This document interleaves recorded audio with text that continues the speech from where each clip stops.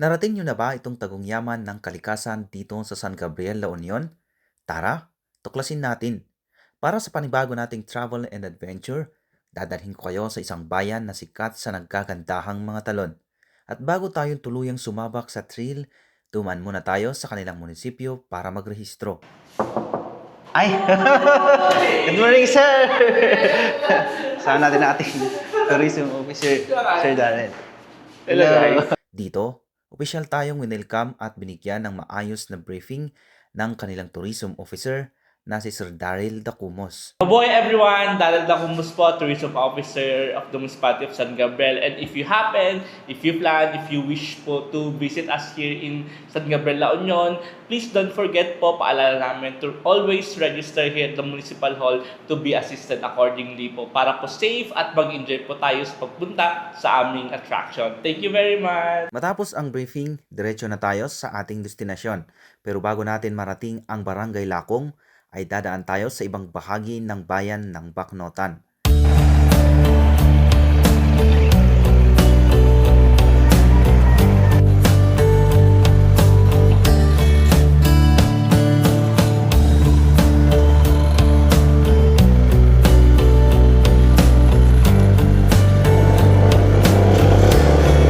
Dito pa lang paakyat sa Lakong, susubukin na ang ating ride dahil aakyatin natin ang matarik at simintadong tire-path na kalsada.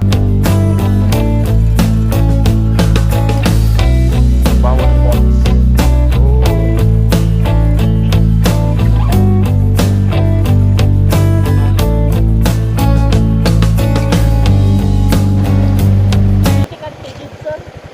Ha? Kanigid ditoy. Kanawan ditoy.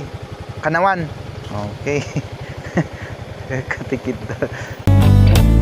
TikTok.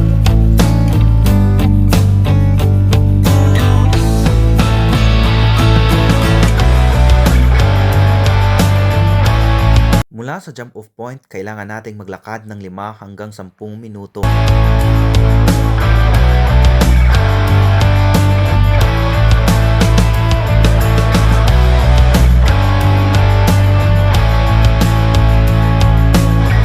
Maayos naman ang daan dito sa itaas, kung saan sasalubungin kayo ng malawak na batuhan at isang sariwang bukal.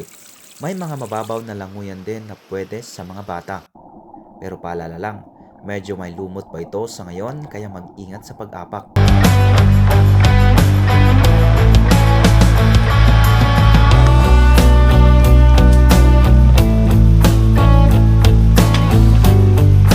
At dito na nga mag-uumpisa ang totoong hamon, ang mismong pababa sa paanan ng talon.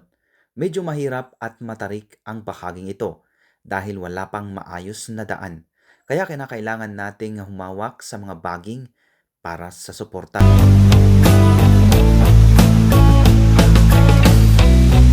Pero pagkatapos ng konting kaba at ng kapanapanabikan na babaan, ito na nga ang nakatagong Gubawan Falls ng Lakong San Gabriel. Isang tahimik na lugar na puno ng adventure. Halina't ating tuklasin, mamangha sa ganda ng San Gabriel, La Union.